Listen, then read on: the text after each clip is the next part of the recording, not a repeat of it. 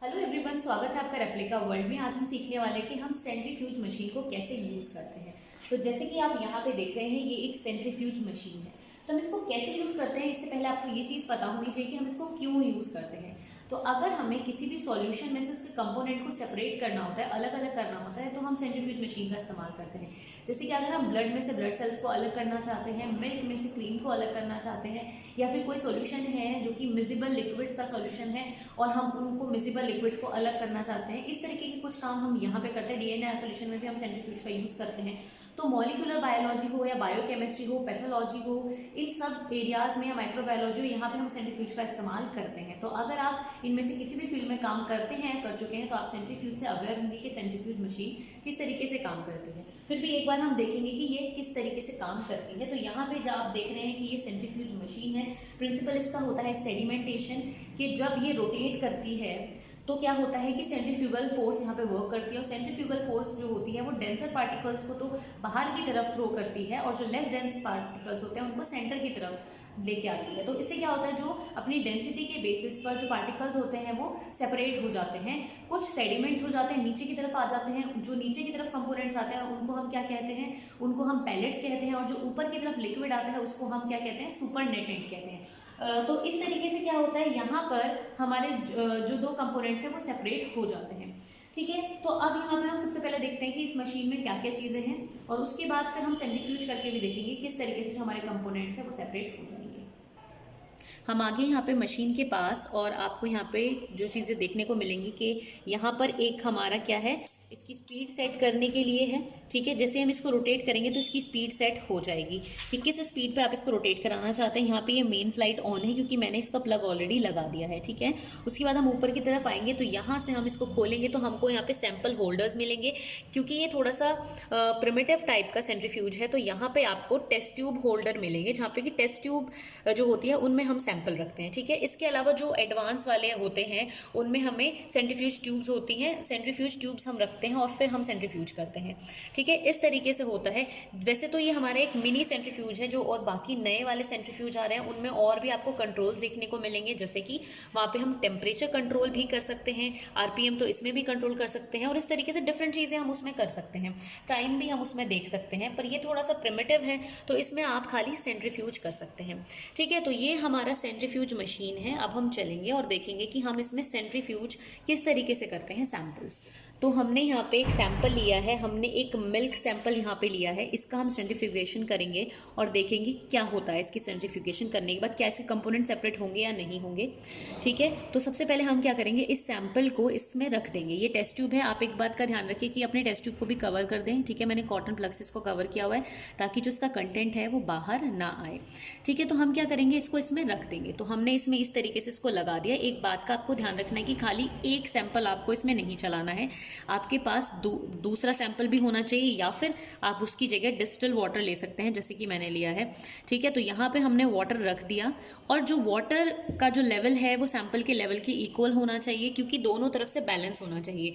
ठीक है, सैंपल रखने का यही तरीका होता है। अगर आपके 3 सैंपल है तो आपको बिल्कुल ऐसा नहीं करना है कि तीनों सैंपल रख दिए और इसको खाली छोड़ दिया, नहीं।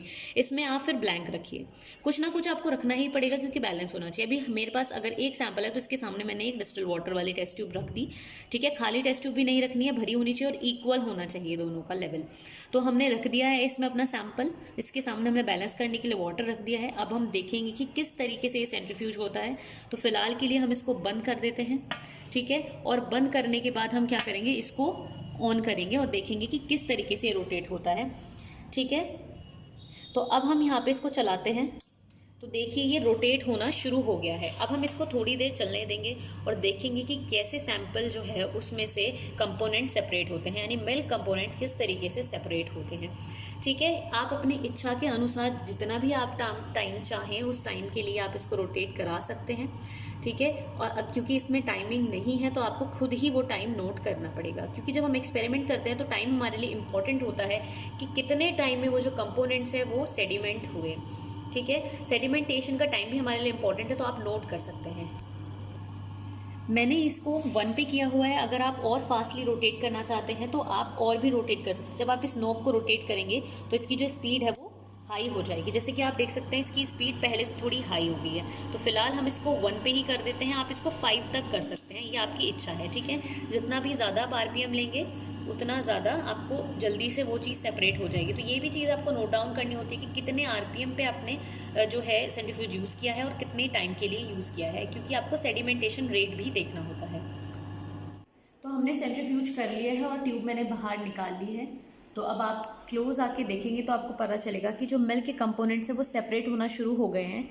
जो भी सॉलिड पार्टिकल्स हैं वो नीचे आना शुरू हो गए हैं और जो लिक्विड पार्ट है वो ऊपर आना शुरू हो गया। अगर आप ध्यान से देखेंगे तो आपको दिखेगा कि लिक्विड पार्टिकल जो हैं, यानी सॉलिड पार्टिकल नीचे और लिक्विड कंपोनेंट जो है वो ऊपर आ गया है। तो नीचे वाले पैलेट्स, ऊपर वाले सुपरनेटेंट्स, जैसे कि आप देख सकते हैं। तो अब हम बात करते हैं कि सेंट्रीफ्यूज के टाइप्स क्या क्या होते हैं। सेंट्रीफ्यूज अलग अलग टाइप के हो सकते हैं, जैसे कि एक होता है बेंच टॉप सेंट्रीफ्यूज, ठीक है। एक होता है आपका अल्ट्रा सेंट्रीफ्यूज, ठीक है। इस तरीके के डिफरेंट सेंट्रीफ्यूज होते हैं। हाई स्पीड सेंट्रीफ्यूज भी होता है। वैसे तो जो सेंट्रीफ्यूज होता है हम उसका जो टाइप्स डिवाइड करते हैं वो हम अलग अलग बेसिस पे कर सकते हैं। जैसे कि अगर हम स्पीड के बेसिस पे करें तो हाई स्पीड होता है, अल्ट्रा होता है और उसके अलावा एक नॉर्मल बेंच टॉप भी होता है, ठीक है।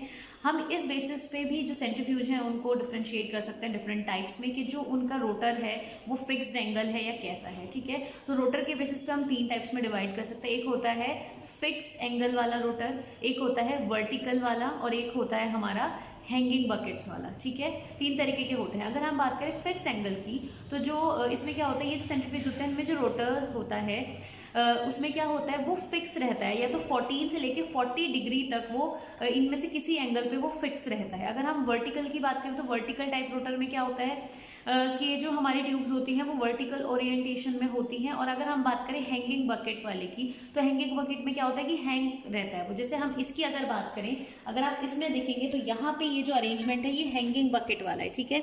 तो इसमें क्या होता है कि नॉर्मली ये इस तरीके से होता है और जब हम इस सेंट्रीफ्यूज मशीन को चलाते हैं तो ये इस ओरिएंटेशन में हो जाते हैं, समझ रहे हैं आप, कुछ हॉरिजॉन्टल अरेंजमेंट में आ जाते हैं। तो अब अगर हम बात करें कि किस तरीके का जो सेंट्रीफ्यूज होता है उसमें कौन सा बेटर है, अगर हम बात करें एंगल की, तो एंगल में अगर हम बात करें फिक्स एंगल की, तो फिक्स एंगल जो होता है ना उसमें शॉर्टर टाइम होता है, शॉर्टर डिस्टेंस कवर करना पड़ता है सैम्पल्स को, तो जल्दी सेपरेट तो हो जाते हैं पर उतनी बेटर सेपरेशन नहीं होता। जबकि अगर हम बात करें हैंगिंग बकेट की, तो हैंगिंग बकेट में क्योंकि जो पार्टिकल्स होते हैं वो ज़्यादा डिस्टेंस कवर करते हैं, तो सेपरेट होने में भले ही थोड़ा सा टाइम ज़्यादा लगता है पर बहुत ही बेटर सेपरेशन होता है एज़ कम्पेयर टू अगर हम वर्टिकल की बात करें, फिक्स एंगल की बात करें। तो हैंगिंग बकेट जो अरेंजमेंट है वो सबसे अच्छा होता है क्योंकि इसमें अच्छा सेपरेशन होता है अगर हम एक नॉर्मल सेंट्रीफ्यूज की बात करें। तो इस तरीके से अलग अलग टाइप के सेंट्रीफ्यूज होते हैं एंगल के बेसिस पे, ठीक है। और भी बेसिस पे हम सेंट्रीफ्यूज को डिवाइड कर सकते हैं, ठीक है। तो इस तरीके से अलग अलग टाइप्स होते हैं हमारे सेंट्रीफ्यूज के। प्रिंसिपल मैंने आपके साथ ऑलरेडी डिस्कस कर लिया है। प्रिंसिपल होता है हमारा कि इसमें क्या होता है कि जैसे ही हम इसको ऑन करते हैं ये रोटेट करता है तो सेंट्रीफ्यूजल जो फोर्स होती है, सेंट्रीफ्यूगल फोर्स आती है और सेंट्रीफ्यूगल फोर्स की वजह से ग्रेविटेशन के प्रभाव में आके जो पार्टिकल्स होते हैं वो जो ज़्यादा हम कह सकते हैं हैवी पार्टिकल्स होते हैं, ज़्यादा डेंस होते हैं, वो क्या होते हैं नीचे बैठ जाते हैं और जो लाइटर पार्टिकल्स होते हैं वो ऊपर आ जाते हैं। इस तरीके से क्या होता है जो सब्सटेंसेज हैं वो सेपरेट हो जाते हैं, ठीक है। ये चीज़ हमने ऑलरेडी डिस्कस की कि नीचे वालों को हम पैलेट्स और ऊपर वालों को हम सुपरनेटेंट कहते हैं। जो सेपरेशन होता है वो पार्टिकल के साइज़ के बेसिस पर, उसकी डेंसिटी के बेसिस पर और जो मीडियम हमने उसको डिसॉल्व करने के लिए यूज़ किया है उस मीडियम की डेंसिटी के बेसिस पर भी जो पार्टिकल्स होते हैं वो सेडिमेंट हो जाते हैं, ठीक है। ये सबसे पहले जो सेंट्रीफ्यूज इस्तेमाल किया था वो सेडबर्ग ने इस्तेमाल किया था और उन्हीं के नाम पर हम एस यूनिट लगाते हैं सेडिमेंटेशन के लिए। जैसे कि राइबोसोम में हम 70S और 80S बोलते हैं तो वो सेडबर्ग यूनिट होती है एस। तो इस तरीके से आज हमने देखा कि सेंट्रीफ्यूज का प्रिंसिपल क्या होता है, टाइप्स क्या होते हैं और हम इसको कैसे यूज़ कर सकते हैं। अगर कोई आपका एडवांस सेंट्रीफ्यूज है तो उसमें भी इसी तरीके से यूज़ करते हैं, बस कुछ अलग फंक्शंस उसमें होते हैं। तो आज के लिए सिर्फ इतना ही। मैं उम्मीद करती हूँ वीडियो आपको अच्छी लगी होगी और आपके लिए हेल्पफुल रही होगी। तो अगर आपको वीडियो अच्छी लगी हो तो लाइक ज़रूर करें, शेयर करें और रेप्लिका वर्ल्ड को सब्सक्राइब करें।